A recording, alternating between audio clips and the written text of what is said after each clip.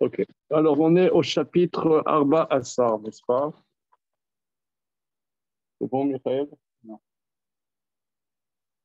Arba Assar, page même Vav de l'édition Eunig. Alors, il va entrer dans la Gemara de Sota. Gemara Sota d'Afkaf. Alors, il faut voir la Mishnah. C'est une Mishnah célèbre.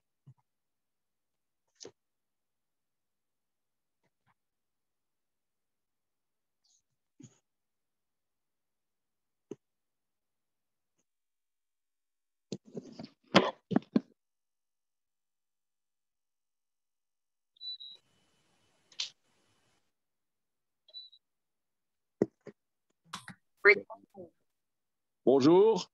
Bonjour. Dis-moi, Antoine, tu as vu pour Madame Lévy? J'ai vu le message oui, de Meir, donc je vais m'en occuper sans problème. D'accord. On en parle. OK. Alors, est-ce que vous avez la Gemara Sota d'Afkaf?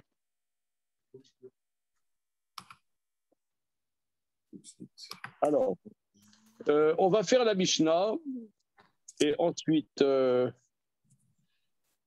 on va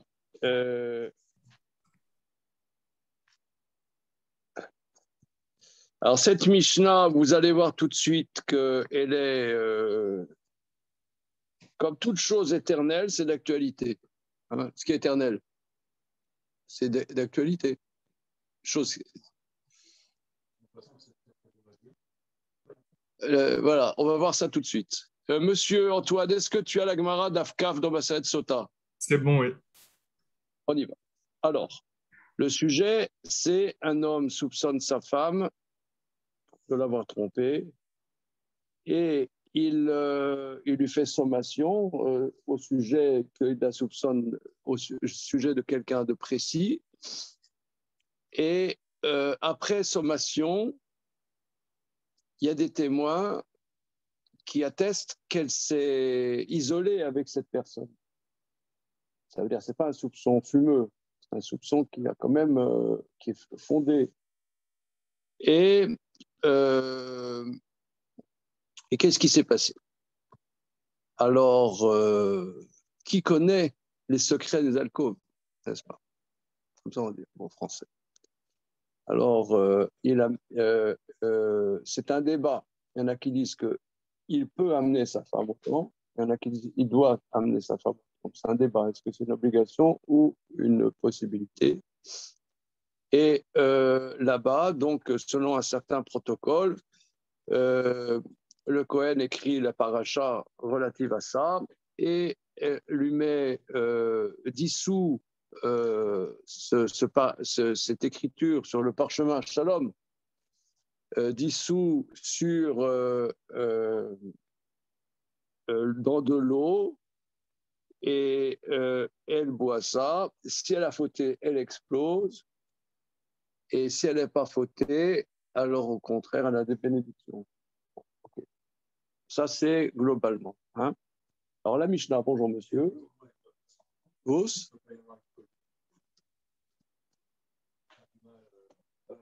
tout est possible, hein, mais après la Torah, les témoins, ce n'est pas des refus de justice, tu vois. C'est les témoins qui sont les témoins dans la Torah, c'est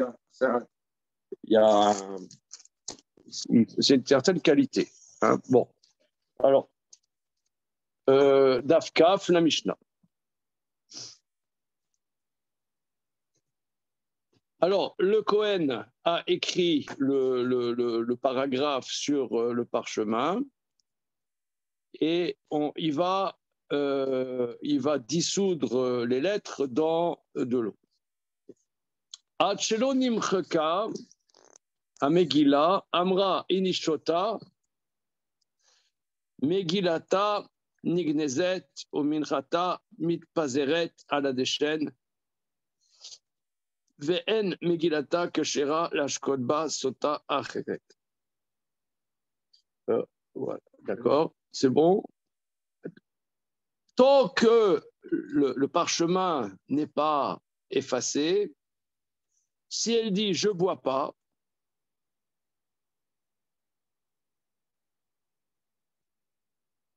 donc ça veut dire elle avoue, hein, elle avoue.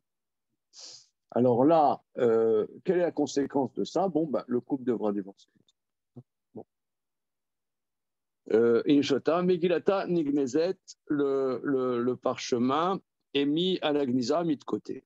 Minchata mitpazeret, à la déchaîne, l'offrande de farine, d'orge qu'elle a amenée, éparpillée sur la cendre, Ven Megilata Kshera, et ce rouleau, on ne peut pas le récupérer pour une autre femme sota. Pourquoi? Parce que c'est nominal.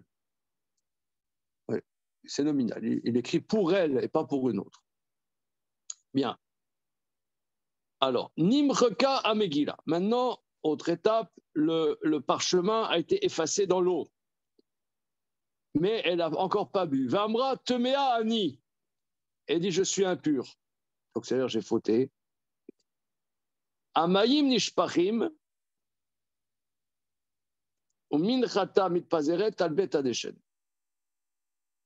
Alors, l'eau dans laquelle on a effacé les lettres est versée, on verse. Et son offrande est éparpillée sur le bêta d'échelle. Avant, on avait dit sur le déchène, maintenant sur le bêta d'échelle. Nimreka à Megillah. Ah, le rouleau a été effacé. Ve'amra inishota, je ne bois pas. Ça veut dire elle n'avoue pas. Donc, dans la première proposition, quand elle dit inishota, ça ne veut pas dire qu'elle avoue. Non, on voit d'ici qu'elle n'avoue pas. Elle dit je ne veux pas boire. Elle a peur, quoi. Elle a peur. Veuillez terminer votre phrase, s'il vous plaît. Moi, j'ai dit ça spontanément, mais peut-être que la peur, tu vois, c'est la peur. Je ne sais pas. On dirait là, parce que là, tu vois, dans la proposition médiane, on a dit je suis impur, elle avoue. Là maintenant, elle dit je ne bois pas. Donc je ne bois pas, c'est pas qu'elle avoue. Elle a peur. Me harire mota, mashki mota balkocha. On la secoue. Et on lui fait boire contre son gré.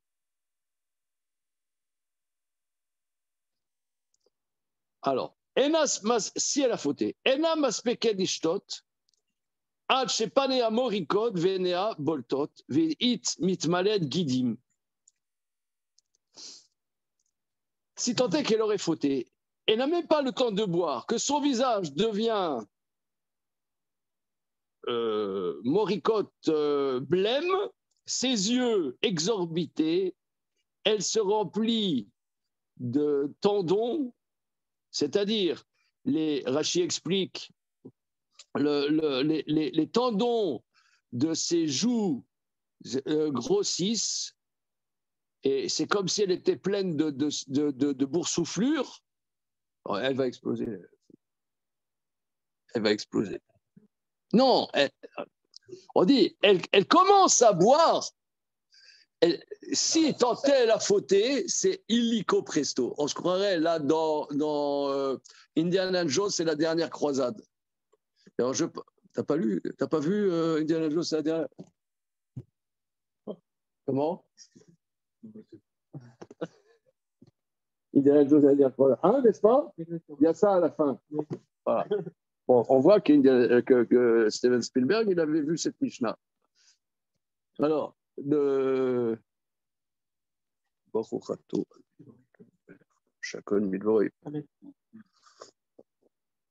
bien. Alors, son visage devient exorbité, elle va exploser. V'hem omrim, ils disent, Otsiwa shelo tatame azara. Il dit, sortez-la de peur qu'elle rende impure la cour du temple. Ben oui, parce qu'elle va mourir et il y aura un cadavre à l'intérieur du temple. Sortez-la, sortez-la, laissez le passage, elle va exploser, laissez. Vous voyez ce que je veux dire? Hein, c'est clair.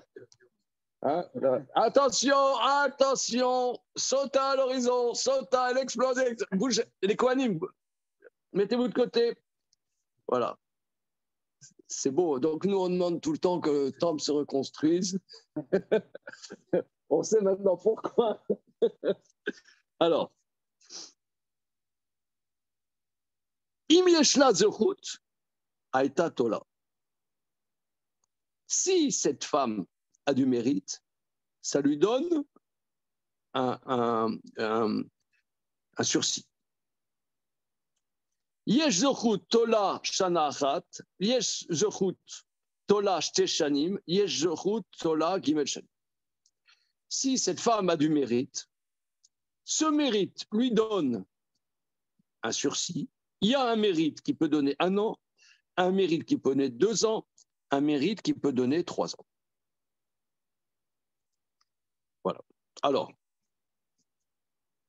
Rachi. Non, c'est Rachi sur la suite. Alors, regardez, ici, on est perplexe parce que si un test, il faut qu'il soit bon. Et là, un test, finalement, rien ne se passe. Rien ne se passe, mais ça ne veut pas dire qu'elle n'a pas fauté. Alors, bon.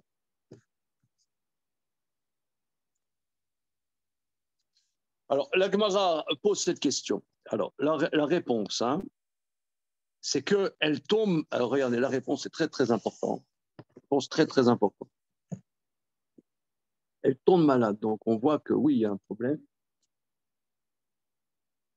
Elle est malade atrocement, 1 an, 2 ans, 3 ans. Et ça s'appelle un mérite. Alors, là, dans ce livre-là, dans le livre-là, il aborde une question très importante. Il y a des gens qui ont des maladies très graves, en particulier que Dieu nous en préserve, des cancers en phase terminale, et des souffrances terribles. Des souffrances absolument terribles. Et il y a des gens qui ne supportent pas ça, il y a des gens qui veulent abréger ça. Hein, alors, la question à la qui se pose, bon, c'est la question de Rav Shlomo Zalman Auerbach, c'était il y a une 40aine d'années, c'est pas aujourd'hui. C'est que dans ces cas-là, on donne de la morphine. Là, vous connaissez ça, tu as travaillé dans ces sujets. Dans ces cas-là, on donne de la morphine. Mais la morphine, à une certaine dose, ça endort les fonctions vitales. Et alors, on sait que dans la loi française, l'euthanasie n'est pas permise. Et là, c'est une euthanasie qui est de tout temps, qui a été faite de tout temps. Hein. Je sais pas, vous connaissez ces cas-là, vous avez été... Comment? Bon, moi, j'ai été confronté à ça parce que j'ai eu une sœur qui a eu un cancer généralisé, mes 2 grands-pères. Donc, les derniers jours de mes 2 grands-pères et de ma sœur, j'étais confronté à ces souffrances qui seraient un cancer. Et donc, la question se posait, combien de morphine ne prenez pas? Oui, non, oui, non. Comment? Et il faut faire très, très attention parce que si on ne fait pas attention, il tue. Hein. C'est tue pas comme ça, mais il tue avec... voilà. Alors, bon, la question, il aborde cette question, la souffrance. Alors, Rav Shlomo Zalman Auerbach déduit de là. Parce que si tu dis que si elle a du mérite, ça lui donne 1 an, ça lui donne 2 ans, ça lui donne 3 ans. Bon, alors finalement, ça ne sert à rien cette histoire. Quelqu'un, il baguenaude, finalement, il a fauté et le truc ne sert à rien.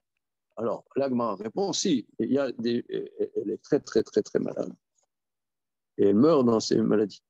Donc, Rav Shlomo Zalman Auerbach dit que c'est un mérite de vivre, même si on a des souffrances terribles. C'est ça, il déduit de là. Rien que vivre, même si elle est souffrance terrible, ça s'appelle un mérite. Si elle a du mérite, ça lui donne un répit. Mais on voit tout de suite qu'elle est malade. Alors, de quel mérite s'agit-il? Alors,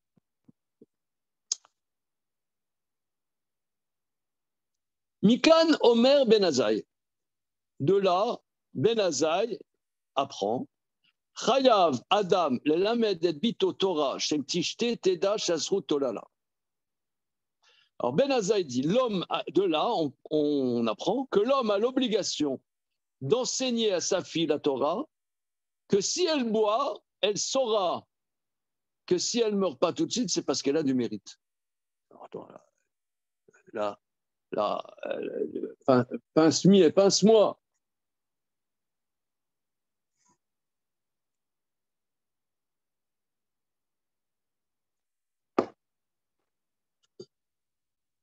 Non, les enfants, là, on réagit, on rempart deux.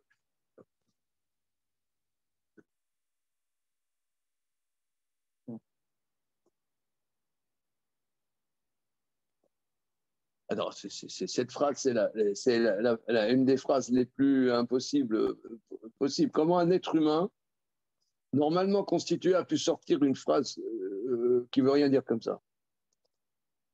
De là, un homme doit apprendre la Torah à sa fille pour qu'elle ait du mérite et qu'elle ne faute pas. Non, qu'il doit enseigner la Torah à sa fille parce que si elle est amenée dans ces circonstances que le mari la soupçonne après,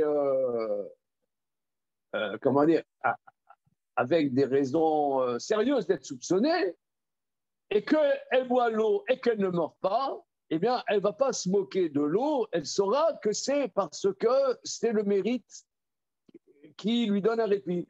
Parce qu'elle va dire, je ne suis pas morte. Elle va dire, c'est bidon.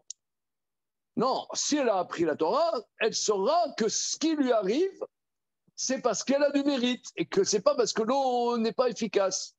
Mais si moi, tu m'aurais demandé de rédiger, j'aurais dit, l'homme, il doit enseigner à sa fille la Torah pour qu'elle ait du mérite et qu'elle ne se retrouve pas dans des circonstances boiteuses comme ça. N'est-ce pas? J'ai vu une vidéo sur Internet que si tu étudies la Torah, tu es sauvé des problèmes. Non, tu es dans les problèmes glauques, mais tu sais que c'est normal. Non, c'est pas bon, non? Pour collecter pour une institution de Torah. C'est-à-dire, donc, étudiez la Torah, soutenez l'étude de la Torah. Comme ça, si vous êtes dans la situation la plus glauque qui soit, sachez, c'est normal. Par contre, quelqu'un qui n'étudie pas la Torah, lui, s'il est dans cette situation glauque, il dira, tout ça, c'est rien du tout. Machin. Non, tu saurais, c'est normal. Si tu es dans des situations absolument glauques, c'est normal. Donc, tout va bien. Oh, Fafa, réagis là, dis. Ouais. Ne me laissez pas seul dans mon désarroi. C'est pas une bonne pub pour la Torah.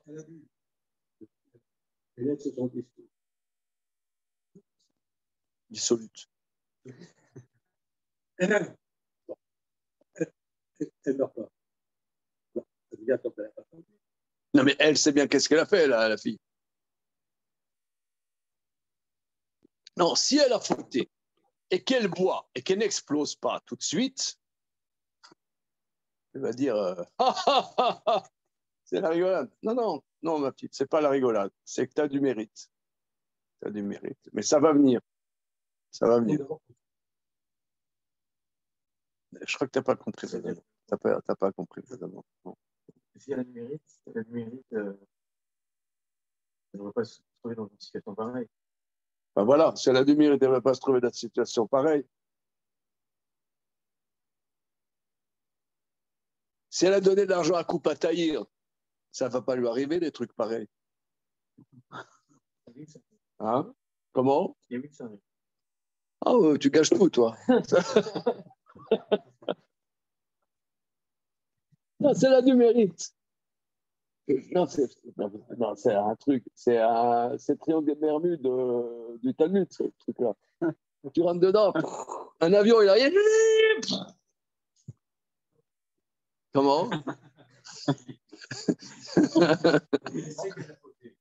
Elle boit, elle explose pas. Bon, il y a un problème de structure. Non, non.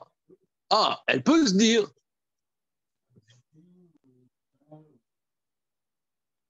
Elle peut se dire. Elle peut se dire. Bon, tout ça, comment dire? C'est de la magie, quoi. Et la magie, des fois ça marche, des fois ça marche pas. Bon, c'est la magie noire. Et la magie noire, elle n'a pas marché. De toute façon, le temple, c'est un, le temple, c'est bon, c'est une institution vidée de son sens, comme toutes les institutions. Mon mari m'a amené là. De toute façon, c'est de la foutaise, tout ça. Bon. La preuve, elle a fauté, elle n'explose pas. Alors on dit, ok, mon coco, t'as une fille, t'as pas de fille. Ouais, t'as une fille, enseigne-lui la Torah. Comme ça, si elle est dans cette situation, elle ne va pas déblatérer sur le temple. Si ça lui arrive et qu'elle a fauté, ah non, non, tu lui la Torah pour qu'elle ne faute pas. Non, non, c'est qu'elle a fauté. Nous, sauvez-moi, là. Comment? Et c'est ça ce que l'Agmara, il dit.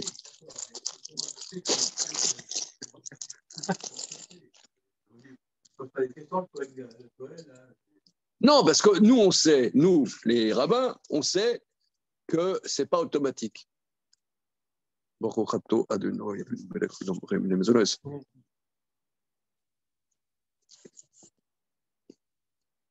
voulait faire quoi? Personne aurait préféré qu'on lui dise. Quand il fallait lui enseigner la Torah, c'est une fille. Comme ça, grâce à la Torah, elle n'avait pas fauté. Non, oui. Et là, on dit non, en fait, il faut juste qu'elle étudie pour qu'elle comprenne ce qui lui arrive. Qu'elle comprenne. Non, qu'elle ne déblatère pas sur le temps. C'est ça, c'est. Non, ça, c'est pas marqué ça. Non, c'est pas marqué. Non. Non, là, c'est pas marqué que c'est. Donc, on va faire un chiffre. Non, c'est marqué pour qu'elle comprenne que c'est un mérite qui la protège, mais pas pour qu'elle Teda chez Srutolala, qu'elle sache que le Zerut la protège.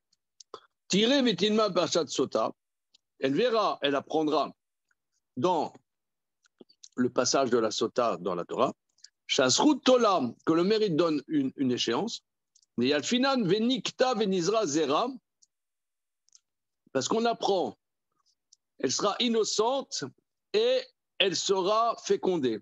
Venikta Aliede Sruyot, c'est-à-dire elle est quelque part innocentée par les mérites.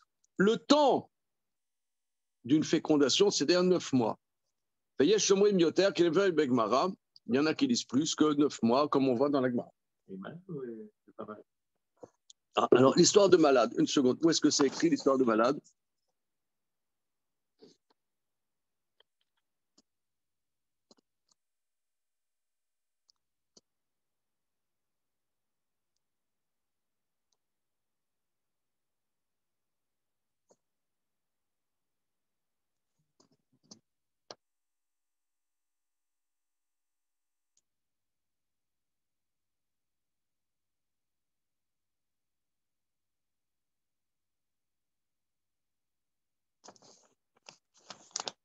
Je regarde dans Rambam.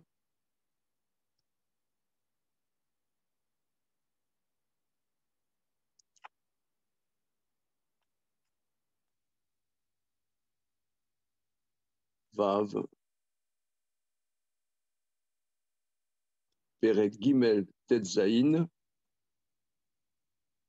Le Sota. Gimel Zaïn.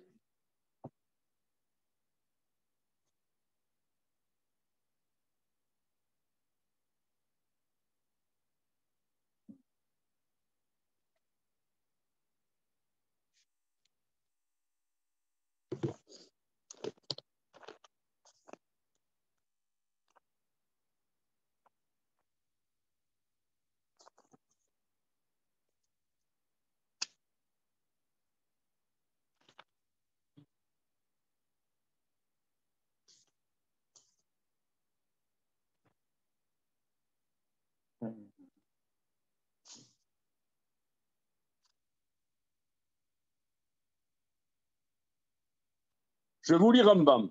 Dans la Halachot Sota, 3e chapitre, Halacha Kaf. Sota, Shayala Zechut. Arezo Tolala. Ça lui donne un répit. Vena Metal et Shata. Elle ne meurt pas tout de suite. Et là, Nimouket Volechet Vechalaim Kevedim Baim Alea Achetamut. Mais elle commence à péricliter et des maladies très lourdes viennent sur elle jusqu'à ce qu'elle meure, au bout d'un an, 2 ans ou 3 ans, selon son mérite. Elle meurt à la fin avec, de la même manière, le ventre qui explose et les jambes qui se disloquent. Voilà. Alors, tout de suite, elle périclite. Voilà. Et c'est impressionnant. C'est ça ce que dit Rav Shlomo Zalman Auerbach. Ça s'appelle avoir du mérite. Qu'elle a des maladies graves. Elle ne meurt pas tout de suite. Alors, regardez, c'est quelque chose de... non, là, on est en petit comité, on peut le dire sans recevoir des tomates pourries dans la tronche, quoi. Mais ça veut dire que quelqu'un qui a des maladies graves, quelque part, être vivant, c'est un mérite. C'est facile à dire, hein, mais c'est...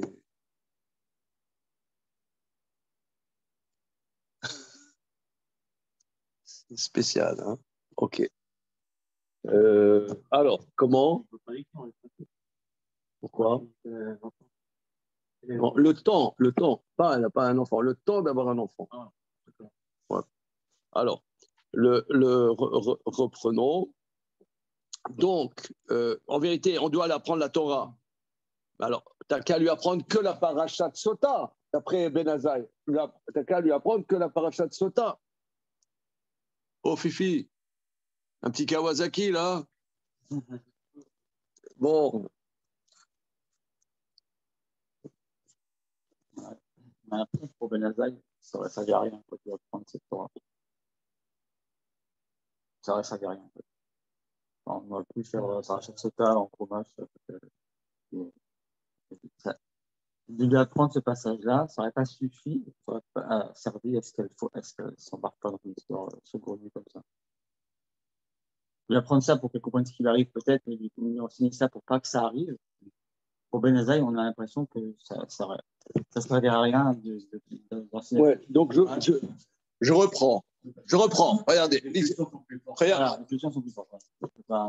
Regardez, le sujet de Sota. Oui. C'est un sujet, on ne peut pas plus glauque. Un couple qui part en cacahuète, il n'y a aucune confiance, malgré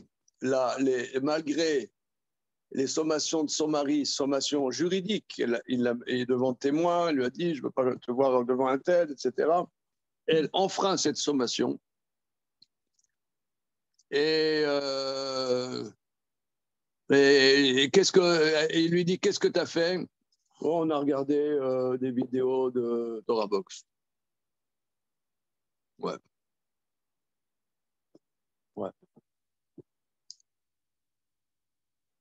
Le mec n'est pas convaincu, il amène autant, d'accord?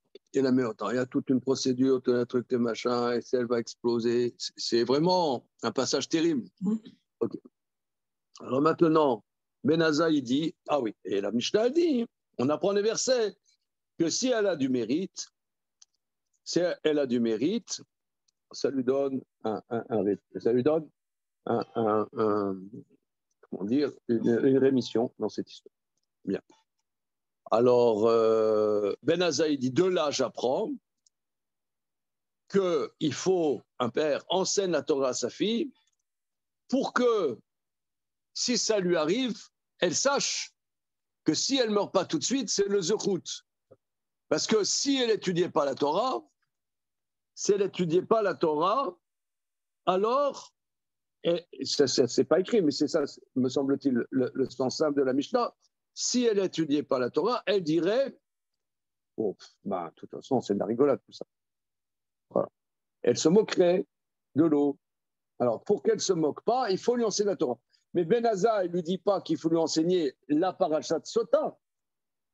Ben Azai dit tu enseignes la Torah. Mais moi, je dirais, enseigne-toi parashat Sota. Pourquoi la Torah? Ça, c'est un. D'accord? Et on est unanime à dire, si toi, tu as une fille, eh bien, fais en sorte de lui enseigner quelque chose qui la prémunira de se retrouver dans ce guêpier. Par exemple, étudie la Torah. Ça te prémunira de te retrouver dans ce sale guêpier. Pas du tout. Non, ça n'effleure nobody. Ben, parce qu'on voit que Rashi, quand il commence la paracha Sota dans le Chumash, il dit d'abord le mari lui qui a commencé à partir en cacahuète, quoi. C'est-à-dire que ce qui se passe dans le couple, ça dépend. C'est d'abord lui qui. Non, mais t'es dans le mode culpabilisateur. Non, pas non, c'est pas il a non, il devait amener des offrandes au Cohen, hein, c'est ça. Ouais, hein, des offrandes au Cohen, il n'a pas fait. Parce que oui, il est pingre. Bah, normal, quoi. Non, parce que juste avant Sota, il y a des dons, quoi, Nîmes. Et voilà. Non, c'est pas culpabilisateur, c'est. Bah, c'est pas ce que dit Rachid. Rachid dit c'est ça qui fait que. Alors, regardez, ça c'est Ben Azai. Alors, qu'est-ce que vous en dites là, Rabotai? Donc, essayons de débriefer le truc. Pour le premier point, Rachid. Alors, attends, qu'est-ce que tu voulais dire alors? Non, qu'est-ce que je voulais dire? Non, mais franchement, moi je sais pas, ça me fait réfléchir parce que nous, on en connaît, tout le monde, on connaît des gens, qui sont, enfin, je veux dire, aujourd'hui, quelqu'un qui n'a pas un proche qui est dans une maladie grave, c'est tout le monde, on a tous un proche qui est dans une situation comme celle-là. Et c'est vrai que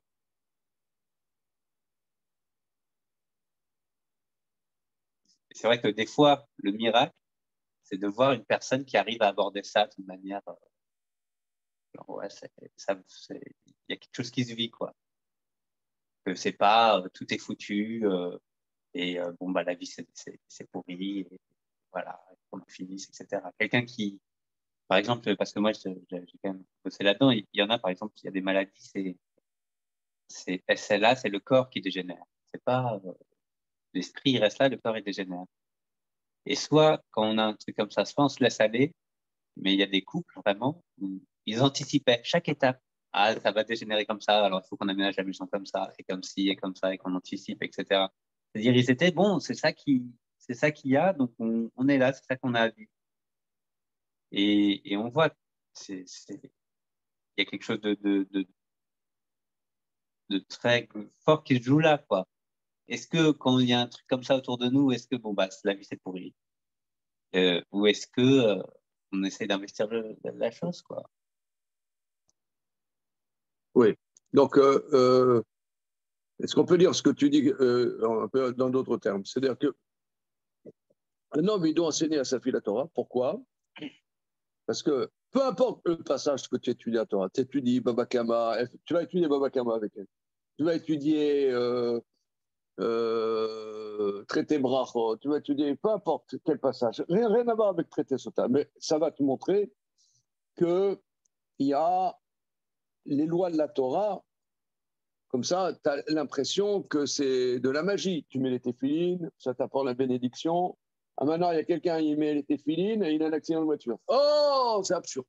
Oh, je comprends pas. Il a mis les téphilines, des belles téphilines, et il a un accident de voiture. C'est absurde. Non. Mais si tu dis, tu vois que même sous quelque chose qui a l'air d'être pas évident, il y a une logique subtile qui n'est pas forcément la logique première. Donc, même dans Baba Kama, même dans les sujets d'un taureau qui est encore un autre taureau, un taureau qui tombe dans un trou et machin, bidule. Donc, dans l'étude de la Torah, tu apprends à avoir la logique subtile interne qui n'est pas première aux choses. Et ça, quand tu es dans un pétrin dans la vie, ça peut t'aider. Parce que tu te dis, ouais, c'est absurde, ça sort là. Hein. Et bon, ok, je ne sais pas pourquoi ça m'arrive, mais il doit y avoir une logique. Il doit y avoir qui m'échappe, comme dans la Torah. Il y a des trucs, il y a des logiques qui m'échappent un peu. Ça va venir, je vais peut-être percevoir petit à petit. Mais comme dit Damien, je lâche pas les amarres pour autant. C'est pas que c'est absurde. Voilà, c'est pas absurde. Parce que la Torah, aussi les lois de la Torah, tu as l'impression souvent que c'est absurde. Voilà, tu dois faire ça, tu dois faire ci, tu dois prendre le loulav, tu dois mettre des mezuzot, tu dois mélanger le lait et la viande. Bon, c'est absurde. Mais petit à petit, tu vois, quelque chose, c'est pas si absurde, même si tu comprends pas vraiment. Mais il y a une subtilité, il y a un sens subtil intérieur qu'on ne perçoit pas tout le temps, mais donc c'est ça qu'il faut enseigner à sa fille. Mais ça ne lui évitera pas forcément d'être dans le pétrin. Parce que la vie, c'est un pétrin. La vie, c'est un pétrin. C'est un pétrin, c'est comme ça. Non, ici, on peut déduire, parce que étudier la Torah, ça c'est un point très important. Ça ne t'enlève pas que ta vie peut être un pétrin. On eusse pensé. Hein eh bien, comment Même pas entendre ça. Comment Non, souvent, avec mon épouse, on parle de ça parce que, tu vois, quand tu pars, nous, on est ce qu'on appelle un peu des belles pouvoirs, mais on était jeunes quand on a commencé à faire Torah Mitzvot. C'est très jeune. On est parti, tu vois, tout va aller comme sur des roulettes, tu vois, ça va. On fait tout ce que Dieu nous demande et on a le passe Navigo, quoi. Non, mais franchement, en toute sincérité, on pensait que la vie, ce serait un passe Navigo, quoi. Et puis, tu vois, ben non, tu es en face de choses que tu ne comprends pas. Tu ne sais même pas qu'est-ce qui t'arrive. Alors, donc ça ne sert à rien, c'est absurde, c'est quoi? Non, voilà, c'est ça. Alors, ça sert à quoi tout ça? Ah voilà, hein, monsieur? Hein? Avant, on pouvait manger de la vraie viande, maintenant, tout le congélateur de hyper cachère. Voilà, tout ça pourquoi? De la viande blême. Et vous avez hyper cachère là, Sarcelles? Bon. Avant, il y avait Naori. Mais toi, même Naori, ils sont fait caillasser et tout ça. Donc, ça rime à quoi tout ça? Ah, voilà. Tu étudies la Torah, tu vois que. Voilà. Donc, enseigne la Torah, mais ça, c'est un truc incroyable. Ça ne veut pas dire que ta fille, elle ne va pas se trouver dans des traquenards. Oui, bon. Ah, ça va, ça passe. Eh, Antoine, là, on veut la. Ça n'a rien à voir. Ça a fait. Non, je me dis, mais. C'est-à-dire, est-ce qu'on doit se poser la question de ce qu'on se dit, ok, ça n'a pas de sens, mais est-ce qu'on doit se poser la question de ce que ça nous apporte, de ce que la Torah nous apporte? C'est toujours dans ce sens-là qu'on doit se poser la question. D'accord, mais quand quelqu'un il a un cancer généralisé. Et c'est. Ouais, je veux dire, et alors, on va faire quoi? On va se dire, bon, bah, qu'est-ce que la Torah m'a apporté? J'ai été très bien, j'ai fait Torah au mitzvot et je suis malade, c'est pas normal. Je sais pas. Voilà, c'est ça. Bah, pourquoi ça n'a rien à voir? Oh, mais je croyais que ça, c'est Yanni Hachem Rofecha, qui nous a sorti du but pour nous amener. Je sais pas, moi, je suis allé dans un gala, ils ont dit voilà, t'achètes la mezouza bénie par le rabbin, tu ne seras pas malade. C'est vrai, non? C'est marqué, c'est pas garanti. Ben voilà, c'est garanti. Oh là là. Oh. On n'assure pas. On a surtout l'impression. Le but, c'est quoi? C'est finalement quand il dit il faut que tu enseignes toute la Torah à ta fille. Le but, c'est quoi? C'est de pas On être ne dit pas Mechalel. toute la Torah. On ne dit pas toute la Torah. La Torah. La Torah. La Torah. On ne dit pas toute la Torah. Déjà, étudie-toi toute la Torah, on verra après. C'est vrai. Mais ça veut dire, le but, c'est juste de ne pas être Mechalel. Ça veut dire, quel que soit ce qui va t'arriver, la vie, elle est comme elle est, mais toi, ne sois pas Mechalel. Bah, je savais pas que c'était comme ça. Non, moi, je croyais que quand je ferais Torah mitzvot, j'aurais pas de problème. Moi, j'étais convaincu. Je sais pas, il y a des endroits où. J'étais convaincu même que ça rendait meilleur, tu vois. Non, non, entre nous. Il y a des promesses quand même dans un. Ah, voilà.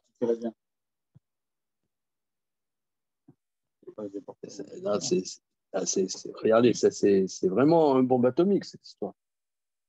On sait la Torah à ta fille pour que, si elle se trouve dans ce truc et qu'elle a du mérite et qu'elle n'explose pas tout de suite, eh ben, elles disent pas, c'est absurde. Ouais, voilà. Parce que, donc, dans l'étude de la Torah, il ne te dit pas d'étudier par Sota, c'était n'importe quel. Même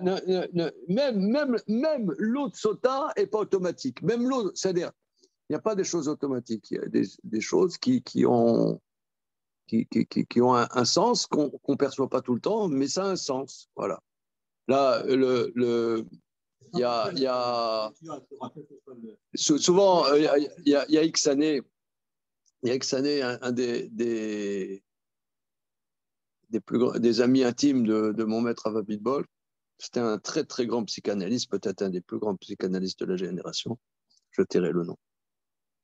Et il avait un diabète très fort. Et à la fin, il a dû être amputé des 2 jambes. Et il avait dit à Rav Abitbol, ma vie n'a plus de sens. Rav Abitbol nous avait rapporté ça. Pourquoi? Parce qu'il a plus les. Pourquoi? Parce qu'il a été amputé des 2 jambes, sa vie n'a plus de sens. Le mec, c'est un des plus grands psychanalystes de la génération. Il a plus ses jambes, il dit ma vie n'a plus de sens. Problème. Le mec, c'est la grosse star. Il écrit des livres, tout le monde se roule par terre tellement c'est des livres bien. Le mec, il est amputé des 2 jambes, il dit ma vie n'a plus de sens. Alors ça servait à quoi sa science?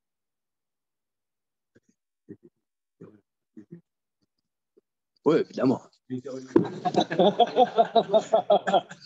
Religieux, non, un psychanalyste. Alors, attends, faut pas. En même temps, faut pas.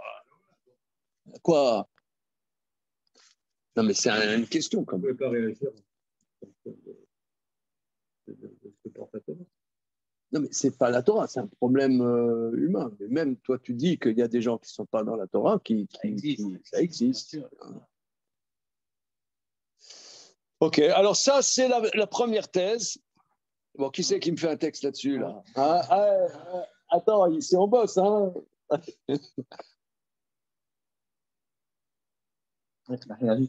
me fais un texte là-dessus, là, sur Benazar? Comment? Mais tu mets un pseudonyme, sinon. Tu écris le texte sous pseudonyme, sinon les gens ils vont t'interdire de rentrer à Sarcelles. Pas là-dessus, mais un texte un peu là-dessus quand on travaillait avec la technique. Ah ouais? C'était un peu le sujet, quoi. Ah oui, c'est le parce sujet. Que l'espace éthique, c'est ça. C'est la souffrance. Tout leur truc, c'est ça. Hein. Tout leur truc, c'est ça. On a dit, c'est pas le garage à vraiment, quoi. Ouais. C'est quoi? Non, c'est pas les gens, il y en a tant qui meurent, quoi. C'est que c'est fini quand la maladie grave, c'est pas que c'est fini. Et il y en a beaucoup qui le vivent comme ça. Beaucoup. Oui. Mon père est très souffrant et il me disait, il y a pas longtemps à l'hôpital, et en ce moment, il m'a dit, il faut savoir sortir. Être malade à la fin de sa vie, c'est savoir sortir. Il faut savoir bien sortir. Il ne faut pas sortir. C'est pas évident. Ouais. Si ça veut sortir, il faut la gérer parce que ça crée des bouffées d'angoisse quand même. Ouais. Il faut réfléchir à ces choses-là. Qu'est-ce qui me reste à vivre? C'est un sujet très c'est central. Hein. J'avais vu une me que la paracha qu'on doit lui apprendre, c'est la paracha de Sota, non?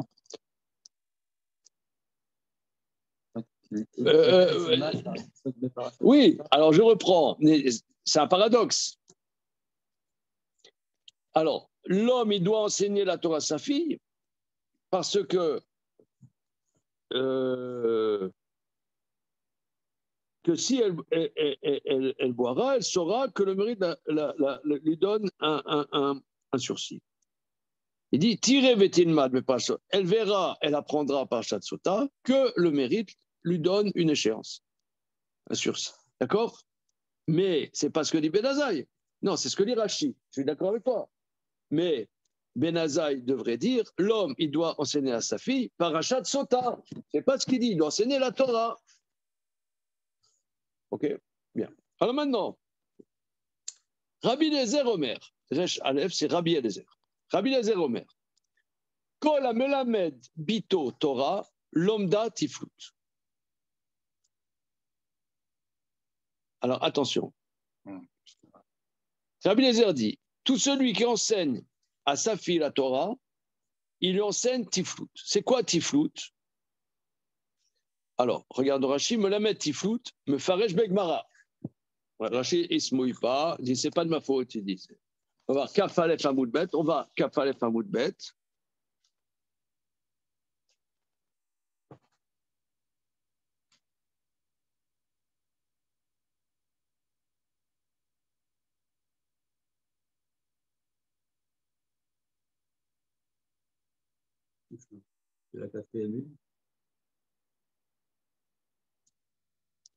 Alors, troisième ligne, me lambda tiflut. Tiflut, c'est kadatar. Est-ce que ça veut dire qu'il enseigne tiflut?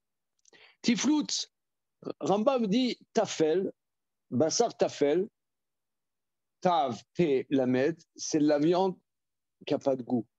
Bassar tafel, qui n'est pas salé, tu vois, ça n'a pas de goût. Voilà, c'est quelque chose de fade. Tu lui enseignes une fadaise, des fadaises en français. Tu enseignes des fadaises. Et là, Emma Kilou Lambda Tiflut. C'est comme si tu t'enseignais Tiflut. Rashi. Keilou, en haut. Chez Mitocha, du fait de son étude, Imevina Armomit, elle apprend la ruse, Vosa Dvarea Beatzna, elle apprendra à faire les choses en cachette.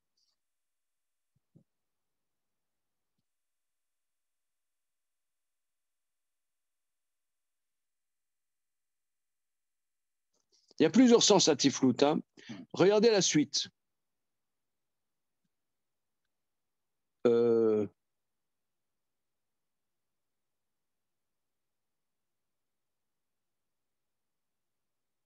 la suite de la Mishnah, pardon. La suite de la Mishnah. Regardez Kaf, Hamoud Aleph, la suite de la Mishnah. Donc je reprends. Rabbi Eliezer Omer, Kol ha-melamed bito Torah, lomda tiflut. Il enseigne quelque chose sans saveur. Ça veut dire elle transforme les choses. Rambam, il dit, elle transforme les choses de la Torah en divrei havaï. Parce que quand nous, on étudie la Torah, on se rend compte qu'est-ce qui est d'après la Torah, qu'est-ce qui est d'après les Rabbanan. On apprend aussi que pas tout est interdit, mais malgré tout, on fait des barrières parce que les gens ne vont pas comprendre. Mais si tu étudies la Torah, c'est-à-dire, la femme, souvent, ce qu'elle veut, c'est que les choses elles soient concrètes. Or, l'étude de Talmud, par exemple, c'est plutôt, analytique que concret. Et elle va prendre les choses qui sont analytiques. Par exemple, prenons un exemple. On a étudié, nous, récemment, que d'après Rambam, quand on dit « Safek d'Oraïta la Khumra », c'est seulement Mili Rabbanan que c'est la Khumra. D'après d'Oraïta, dès qu'il y a un Safek, c'est moutard d'après la Torah. Une femme, elle étudie ça, elle veut dire « Bon, il y a un Safek, c'est moutard ». Elle va prendre pour de l'argent comptant. Or, nous, elle va prendre pour de l'argent comptant. Parce qu'une femme, elle veut que les choses soient concrètes dans la vie, applicables. Or, il y a plein de choses qui ne sont pas applicables. Même si tu les sais, tu ne peux pas les appliquer. Donc ça transforme la Torah en code de la route, quoi. C'est bien, c'est bien. Heureusement que les femmes, elles comprennent les choses comme ça. Ça donne un cadre. Ça donne un cadre. Sinon, la Torah, elle ne pourrait pas se concrétiser. Mais l'étude de la Torah, c'est dangereux. Alors regardez la suite. Rabbi Yoshua Omer. Rabbi Yoshua dit Rotsa isha bekav vetiflut et tisha kavim ou prishut. Rabbi Yoshua dit une femme, elle préfère kav, c'est-à-dire une petite mesure, et tiflut. Ici, ça veut dire tiflut, c'est une proximité affective. Que tisha kavim ou prishut, que 9 kavim, que 9 fois plus d'argent, kav, c'est une petite mesure d'argent, et avoir son mari avec elle, plus que 9 fois plus, et de l'abstinence, prishut. Comment? L'Alia Boeing. Quoi? L'Alia Boeing. Oui, c'est-à-dire que une femme, ce qu'elle a besoin, c'est d'une proximité affective. Et l'étude de la Torah, elle transforme ça en un élément affectif. Donc c'est ça, d'après le choix, c'est ça, c'est un élément affectif. Et quand non, c'est de la science. Donc, bien. Donc ça c'est la Mishnah. Alors, qu'est-ce que le Maharal va tirer de là? On va commencer le Maharal. Non, excusez-moi. Il faut voir Kafalef. Alors, quel mérite c'est Daf Kafalef, la Gbradi. Zechut Demaï, regardez Kafalef, Amoudalef. Je viens tout de suite. Kafalef, Amoudalef.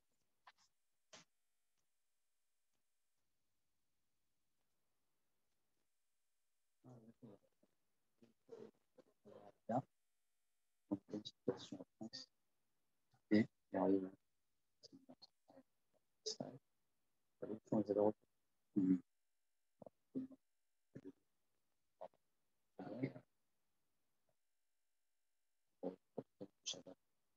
Israël, situation. Bon, n'aurait pas. Il n'y a pas. Il n'y a pas. Il y a trop. Il y a pas ça, mais il n'y a pas de proximité. Ça pas. Sur ça, les enfants, il y a pas. Et ça va être c'est la parole. Donc, il y a une face à faire, ajouter l'autre, sans sa femme. Histoire, quoi. Donc, chacun essaie l'équilibre entre la vie, beaucoup d'argent avec ton mari, ou question qui se pose pour tout le monde. Ouais.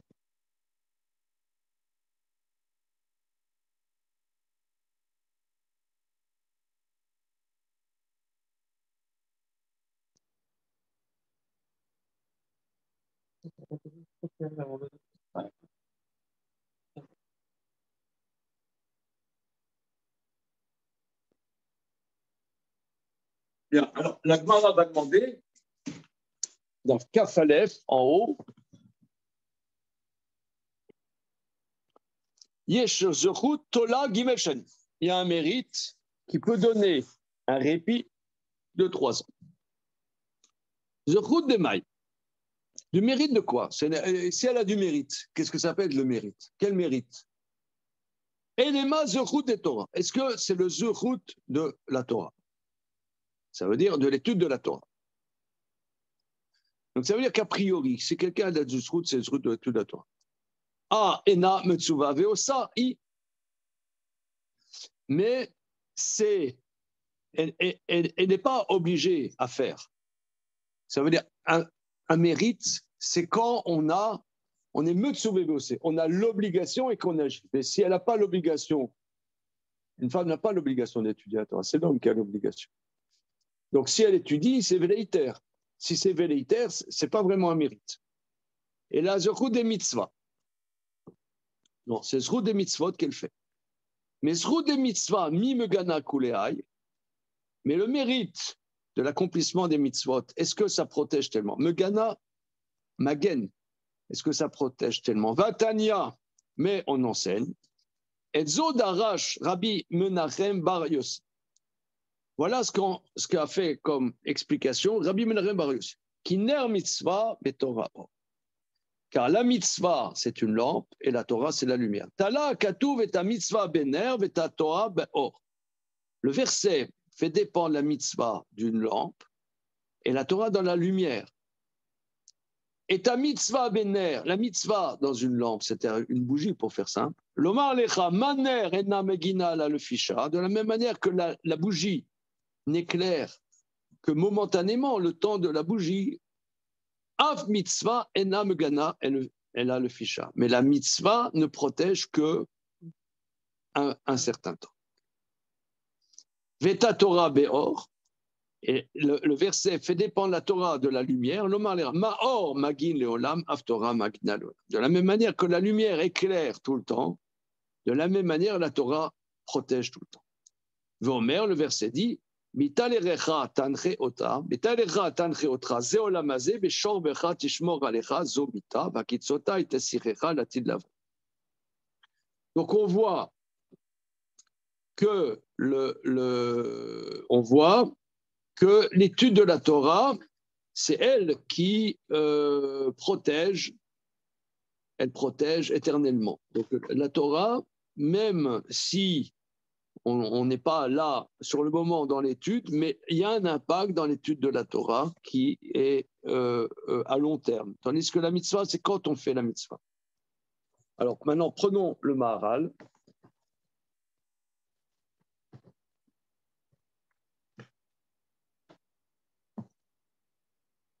Ah, il rapporte toute la Gemara, excusez-moi. Ouh là là, il rapporte tout la Gemara. On va continuer. Hein. On va continuer.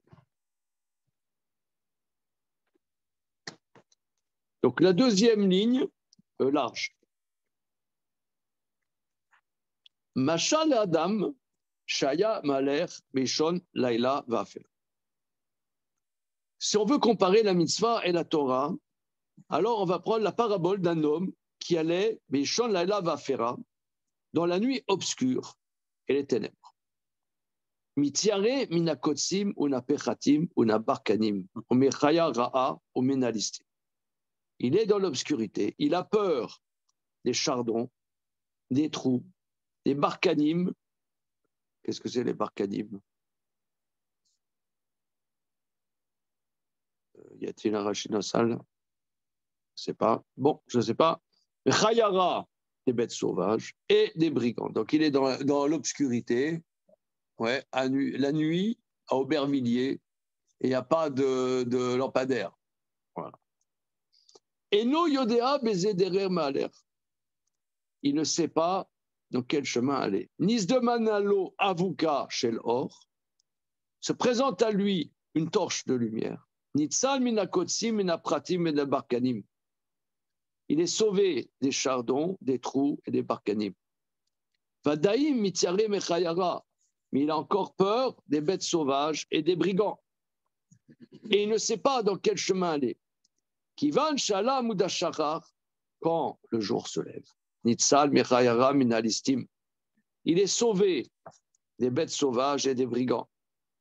Vadaim eno yodea bezederer maaler. Il ne sait pas encore de quel chemin aller. Donc là, c'est une parabole de notre existence. Voilà, il y a plein de dangers et on ne sait pas dans quel chemin aller. Alors comment faire? Igia les parchats de Chachim, il est arrivé à la croisée des chemins. Donc là, il y a les panneaux et à droite, à gauche. Voilà, Nitzal Mekulam, il est sauvé de tout. Alors, regardons Rashi. Pechatim, c'est les goumottes des trous. Nizomano avuka shel or. se présente à lui une torche de lumière. Car Zachal est quand même mitzvah, nitzal, mais mixal pour Anouyot. Donc, il se présente à lui une mitzvah à accomplir. Il est sauvé de certains malheurs de l'existence. Mais il a peur encore des bêtes sauvages, des brigands. Vadayim mitzare mechayara minalistim, chez Darkam l'eler balayla se présente à lui la nuit, pen ivgeubo, de peur que les bêtes sauvages et les brigands s'attaquent à lui. Dirtiv, tachet rocher vilayla bo tirmos kol chayato reya'a. C'est ce qu'on dit dans le Bachinavshi. Tombe la nuit, tombe l'obscurité, c'est la nuit. Grouille les bêtes sauvages de la forêt. Il y a un moudachara.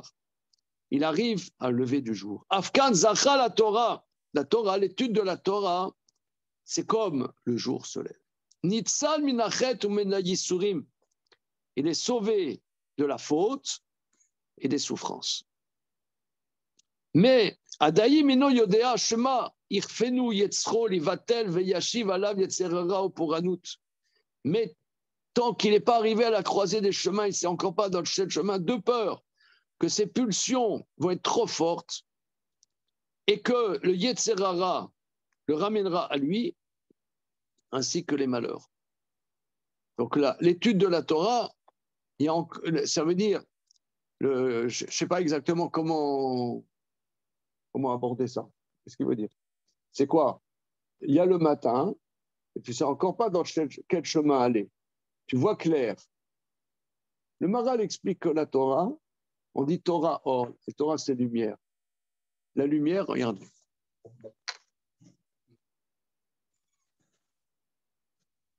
Là, le noir. Là, on ne voit pas clair. On ne voit pas clair, ça veut dire les choses sont là, mais on ne les voit pas. La lumière, qu'est-ce que ça change? C'est qu'on voit les choses. Donc ça, le Maral dit à plusieurs endroits. La Torah est lumière. La Torah te permet de voir les choses. Et toi, tu n'aurais pas de discernement. Donc, c'est ça le matin, tu arrives à voir les choses. Mais tu ne sais encore pas. Ça a l'air. Elle te donne des éléments, la Torah, mais c'est toi qui gères. Peut-être que tu n'arriveras pas bien à gérer. C'est ton problème. Ça ne s'enlève pas ta liberté. Hein. C'est ça qui est important. Ça n'enlève pas ta liberté, puisque tu es confronté à des problèmes, c'est toi qui dois les aborder. C'est ce qu'il dit, Rashi. Hein. Il dit, Adayin et no yoda, il ne sait pas encore dans quel chemin il a dit, Shema et chafeno yetzro levatel. Parce que peut-être ses pulsions seront plus fortes que lui pour annuler la Torah.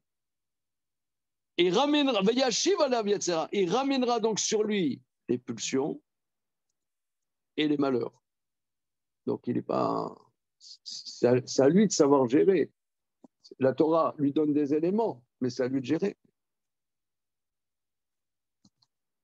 C'est en UCME.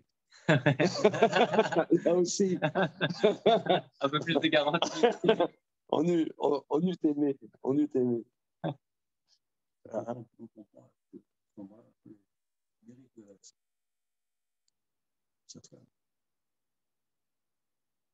Tu peux expliciter peut-être. C'est bon. Il y a je comprends que la Torah te donne des éléments qui seront et que c'est toi qui dois le faire. C'est toi que ça incombe de faire. Et que on compte que les pulsions sont là. Et que si elle laisse les pulsions, là, elle perçoit ce qui va lui arriver inévitablement et que elle va avoir un mérite d'avoir comme aperçu qu'il y avait une finalité terrible. Elle a perçu ça. Quand même, elle transgresse, mais elle a perçu qu'il allait se passer quelque chose. Quelle justice. Elle existe. Elle existe là-dedans. Je ne sais pas comment dire les D'accord. choses. Alors, ok. Ok. Quand il arrive donc à la croisée des chemins, regardons la croisée des chemins, Rashi. Igia les parachas de Rachim. C'est quoi la croisée des chemins? Sham Ikirit Darko, le moment où il voit son chemin. Afkan. Igia le Yom Amita, Velo Piresh Minamita, Adiom Moto Nitsan Mekulam. Il arrive au jour de sa mort. Et jusqu'à ce moment-là, il ne s'est pas séparé de la Torah jusqu'au jour de sa mort. Là, on peut dire qu'il est sauvé.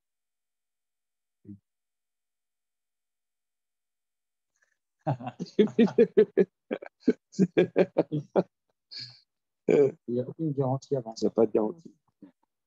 Sympa, hein? T'as amené ton copain, là. Tu l'as dit, on va faire une étude sympathique. Là. Dimanche matin. Ok, c'est bon? Ouais, on comprend mieux Canada pour ça. C'est-à-dire? C'est qu'en fait, c'est-à-dire que on enseigne la Torah à la fille, parce que quoi qu'il arrive, et que jamais elle peut avoir des mauvaises questions, au moins elle va dans le bon chemin, dans le chemin de la Torah, et que au final, ben, toutes les questions ont priorité, et que bien qu'elle va recevoir, ben, si elle continue sur ce chemin-là, et que cette question prend le dessus, et ben quelqu'un se rend pas compte que ce mérite-là qui vient après, c'est parce qu'elle a été sur ce chemin.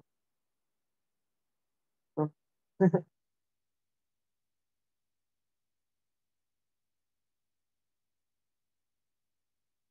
Oui, mais ce mérite-là ne l'a pas sauvé. Elle lui a donné un sortir. Donc, c'est Nana qui a donné un sortir. Et sur celui-là, c'est parce que justement, elle a pris conscience du chemin à prendre, mais qu'au final, sa question a été forcée. Oui. Et j'entends ce que dit monsieur Philippe, là, que le mérite, c'est que, en général, quelqu'un, il est ballotté dans ce qu'il fait dans sa vie. Mais là, le fait que cette femme ait étudié, selon la thèse de Ben Azaï, ça fait que elle existe, même si peut-être qu'elle a fauté. Mais elle n'est pas ballottée. Elle n'est pas ballottée. Elle n'est pas ballottée. Voilà. Ok, bon, c'est un passage central. Bon, Hachem, merci. Hein? Shalom, shalom. Merci, Rav. Oui.